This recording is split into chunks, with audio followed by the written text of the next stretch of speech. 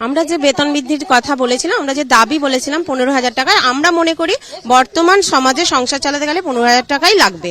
এবং তার থেকে আমাদের যে এই যে 1,000 টাকা দেওয়া হয়েছে, এটা ভোটের রাজনীতি ছাড়া আর কিছু হয়নি, এটাই আমরা খুশি নয়। যার জন্য আজ আমরা আবারও স্বাস্থ্য ভবন, আর যদি স্বাস্থ্য ভবনের গেট আজকে না খোলে আমরা এখানেই থাকবো, যতক্ষণ পর্যন্ত স্বাস্থ্য সচিবরা আমাদের সাথে কথা না বলবে ততক্ষণ আমরা এখানে থাকবো। গতকাল তো আমাদের কোনো কিছুই মানা হয়নি, আমরা যেগুলো বলেছিলাম, যেগুলো বলেছে সেগুলো আমাদের দরকার ছিল না, কারণ আমরা স্বাস্থ্য সাথী, আমরা যে সেবা করছি স্বাস্থ্যের, আজকের পুলিশদের ব্যারিকেড দেখলে দেখা যাচ্ছে যে আমরা স্বাস্থ্যের সেবা করতে এসেছি না আমরা লড়াই করতে এসেছি।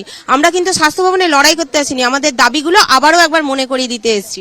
আমরা 1,000 টাকায় খুশি নয়, আর যদি 500 টাকা লক্ষ্মী ভান্ডারে মেয়েরা ঘরে বসে 500 টাকা পায়, তাহলে 1,000 টাকা স্বাস্থ্যকর্মীরা কেন পাবে? ওটাও আমাদের দিতে হবে না। উনি কেন ডিক্লেয়ার করলেন? আমরা চাইনি ওরকম ডিক্লেয়ার, এটা তো আমাদেরকে সম্মানই দিল না, আমাদের তো কোনো টাকাই দিচ্ছে না। এটা ওটা এখনো পর্যন্ত পিএলআই 9 মাসের টাকা আমরা পাই, এই টাকাগুলো এখন আমরা আন্দোলন করার পরে কিছু টাকা আমাদের ঢুকেছে। কেন ঢুকলো বলুন তো? টাকাগুলো কোথায় ছিল? আন্দোলন করার পরপরই আমাদের, যতবার আমরা আন্দোলন করেছি ততবার আমাদের টাকা ঢুকেছে। কোথায় ছিল এই টাকা? এই টাকার হিসাবগুলো কার কাছে ছিল? আজকে কি করে বেরোচ্ছে যখন স্বাস্থ্যকর্মীরা রাস্তায়?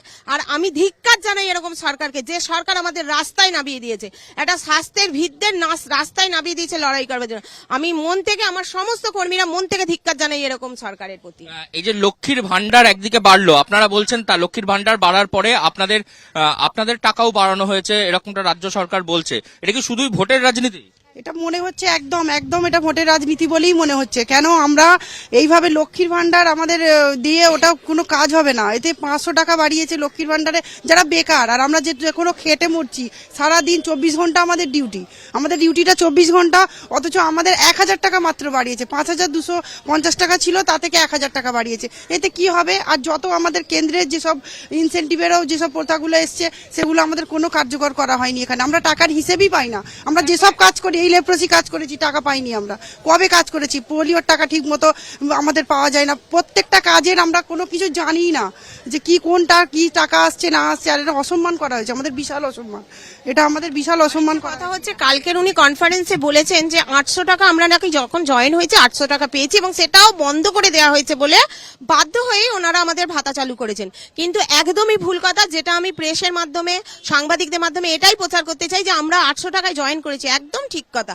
কিন্তু সেটা 11 বছর আগে, 12 বছর আগে, এবং 12 বছরও ঠিক নয়, 16-17 বছর আগে। এবং যখন জয়েন করেছি সেই থেকে আজ পর্যন্ত একটা দিন যায়নি আমাদের ভাতা আটকেছে। আমাদের কেন্দ্র মাইনে দিয়েছে, কম দিয়েছে, কিন্তু আমরা পেয়েছি।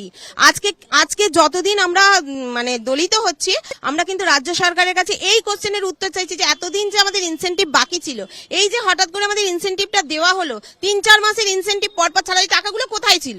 এতদিন কেন দেওয়া হয়নি? যখন স্বাস্থ্যকর্মীরা রাস্তায় নামলো তখন কেন টাকাগুলো ঢুকলো? তার উত্তর ওনাকে দিতে হবে। আর 1,000 টাকায় আমরা সন্তুষ্ট নয়, আমরা মোটামুটি আমাদের 15,000 টাকা দাবি আমাদের পূরণ করতে হবে। আজ আপনাদের কি পরিকল্পনা রয়েছে, কি করবেন আপনারা?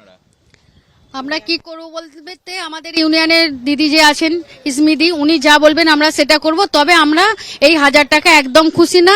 যেটা আমরা পাই 5,200 টাকা, সেটা আমাদের বাড়িয়ে আর 1,000 টাকা দিয়ে 6,200 টাকা। এখনকার পরিস্থিতিতে, এখনকার পরিবেশে কোনোদিন 6,200 টাকা কোনো মেয়ের সংসার চলে না।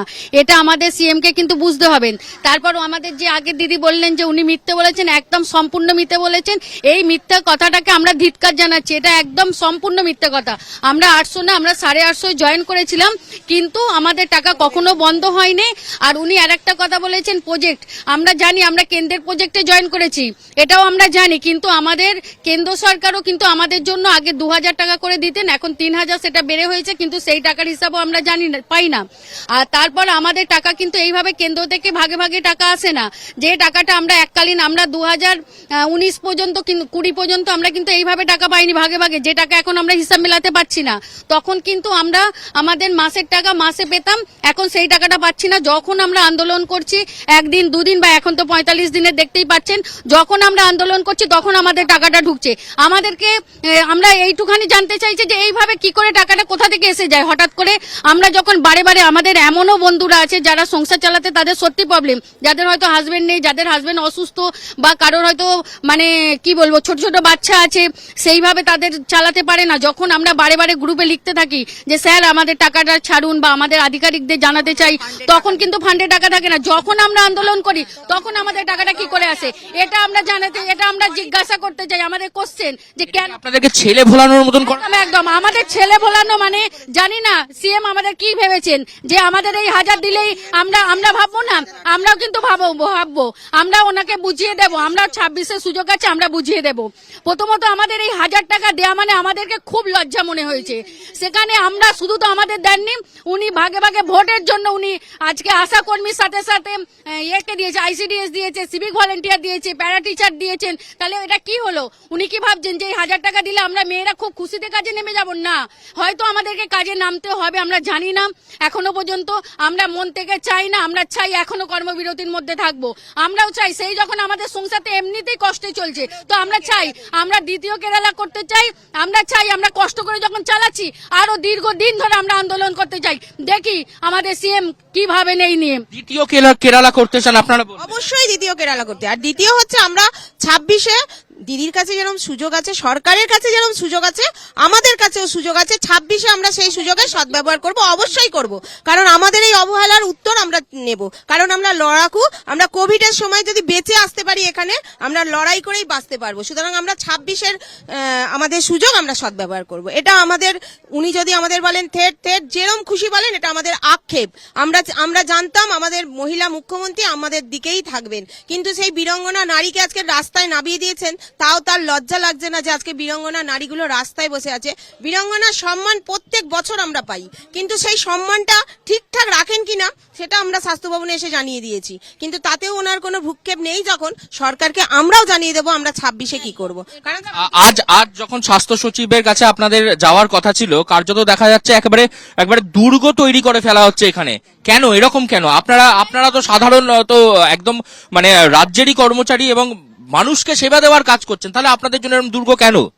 আমরাই যখন প্রথমে ঢুকি, ওনার নিশ্চয়ই কোনো ভয় আছে, আমাদেরকেই প্রথম চোটে ঢুকতে দেওয়া হচ্ছিল না। আমরা জোরজাবস্তি করে ঢুকে পড়েছি, ফার্স্ট টাইম ঢুকেছি বলে। আমাদের কিন্তু অনেক বান্ধবীরা আছে, আমাদের পিছনে আমাদের সহকর্মীরা আছে, তারা হয়তো এখনো পর্যন্ত ঢুকতে পারেনি, হয়তো পারবে কি জানি না। আমাদের সিএম এর এত ভয় কিসের? আমরা তো একটা সাধারণ নাগরিক, আমরা একজন স্বাস্থ্যকর্মী, আমরা স্বাস্থ্যের যেখানে পরিষেবা দিচ্ছি, উনি আমাদেরকে কেন ভয় পাচ্ছেন? আমরা তো এখানে চুরি ডাকাতি করতে আসিনি, আমরা এখানে খুন খারাপি করতে আসিনি, আমরা আমাদের দাবির জন্য এসেছি, যেটা আমাদের ন্যায্য দাবি। উনি বলুক এখন এই দাবিটা কি কোনো 15,000 টাকা এখন কি সংসার চলে? আমরা যখন ছোট ছিলাম আমরাও তো দেখেছি কোন পঞ্চায়েত সদস্য, কোন সমিতির সদস্য কারো কোনো স্যালারি ছিল না। আমরা যখন দেখেছি আমাদেরও বাবা মাকে দেখেছি পঞ্চায়েতের সদস্য, তখন তো ছিল না, তাদেরও তো এখন টাকাটা চালু হয়েছে। তাহলে কেন আমাদের টাকাটা কেন এখানে থেমে যাচ্ছে? যেখানে আমাদের 5,200 থেকে 1000 বাড়িয়ে কি করে 6,200 উনি ভাবলেন কি করে? এরপরে আমরা কাজে নামবো? আমরা কাজে তো নামবোই না। আমরাও এই দীর্ঘ কর্মবিরতির মধ্যে থাকতে চাই, আমরাও কেরালার মতো দেখাতে চাই ওনাকে। আর তবে একটা লাস্ট কথা, 26-এর ভোটে আমরাও দেখিয়ে দেবো, এটা উনি যেন বোঝেন।